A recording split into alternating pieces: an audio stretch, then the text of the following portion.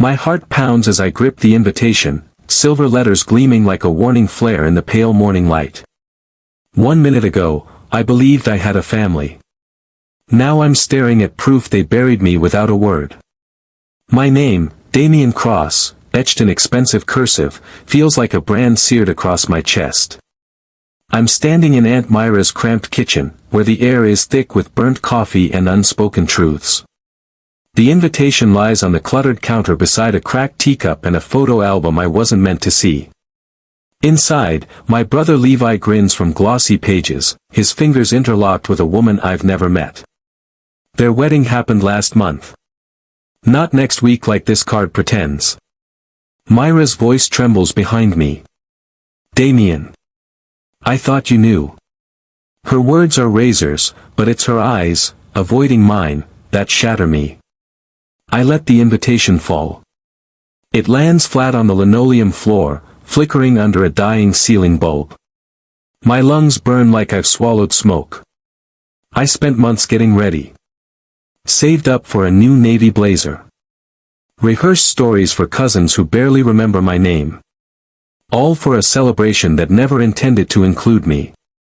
I kneel down, running my hand along the sharp edge of the invitation. They lied. On purpose. My voice breaks apart as I speak. Mira clutches her mug like it's the only solid thing in the room. Your father thought it would be easier this way. Easier. That single word splinters something inside me. I remember the last family barbecue. Levi announced his engagement while I stood by the grill, smiling through the ache. Pretending I belonged. I spent hours searching for the right blazer. A clerk told me I looked like I mattered. I believed her. Now. That belief is gone. Replaced with something else. Anger. Or maybe truth, finally rising from the ashes. I've carried this family for years. Quietly covered their debts with the income from my software contracts. Saved their collapsing cabin on the cliff. Paid their bills, bailed Levi out when his startup crashed and burned. He always said thanks, but his thanks were as hollow as an empty echo. I thought giving more would earn me a place. But they never saw me. Mira interrupts my thoughts. I told your father it was wrong. I begged him. Her voice is tight, her eyes watery. They said you ask too many questions, that you dig up things they'd rather leave buried. Like what? That I've been paying the electric bill on their vacation home for years. That the cabin is legally mine, has been ever since Levi transferred it over to Dodge creditors. In their photos, I'm always absent. Or cropped out. Always a shadow. Not anymore. I rise, heart pounding but spine straight. I'm done being the family ghost. The following evening, I drive to their house. Gravel crunches beneath my tires as their Victorian estate looms before me. Warm lights in the stained glass windows sparkle like lies. Through the window, I see them, my father holding a whiskey glass, my mother flipping through a photo album, Levi showing off his wedding pictures like trophies. His voice drifts out. Best thing we did. Keeping Damien away. He'd have ruined it. I step inside. The room silences like someone flipped a switch. Damien, my mother says, like I'm some lost stranger. I meet their eyes. You lied to me. You sent a fake date so I wouldn't show. Levi doesn't flinch. We just needed one night without your baggage. Baggage? My mother wrings her hands. You're always pushing. Too intense. Too much. My father stares at the fireplace like it might offer him a way out. I take a step forward. That cabin you brag about? The one you show off like a family heirloom? I paid for every inch of it.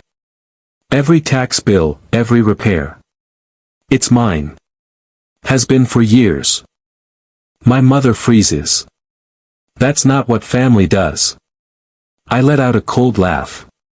Exactly. I pull a folder from my bag and toss it onto the coffee table. Inside are property titles, wire transfers, irrefutable proof. You didn't just exclude me. You exploited me. And now I'm done. I turn and walk away, leaving them with documents they can't rewrite or destroy. The air outside bites at my face, but I feel lighter, like I've finally dropped a weight I didn't know I was carrying. My phone vibrates. Levi. I let it ring out. That night, in my studio, a single lamp casts jagged shadows across the walls. I think of the years I bent myself to fit inside their story, quiet, generous, invisible. Never again. The next day, a message comes in. From Levi's wife, Kara. I didn't know, she writes. He told me you just didn't show up. We meet at a small cafe. Her eyes are red-rimmed. Her apology feels real. She's not family, not yet, but maybe a spark in the dark. Driving home, the folder sits beside me. The cabin's title is mine. Not as revenge, but as proof. Proof I was never the broken one. Then another voicemail comes in. Leia, an old friend. Damien, check your mom's old cloud account. You need to see this. I pull over. Log in. A hidden folder opens. Emails, texts, old spreadsheets. Guilt works on Damien. He'll pay if we pressure him enough. Don't invite him. He'll ruin it.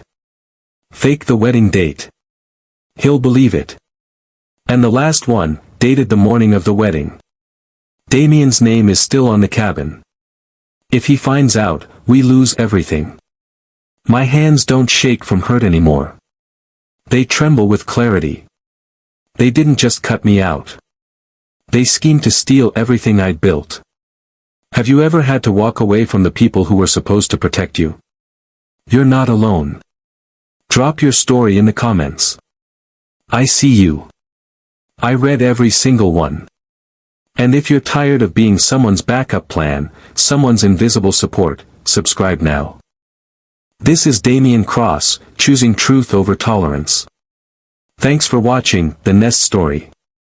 See you on the other side.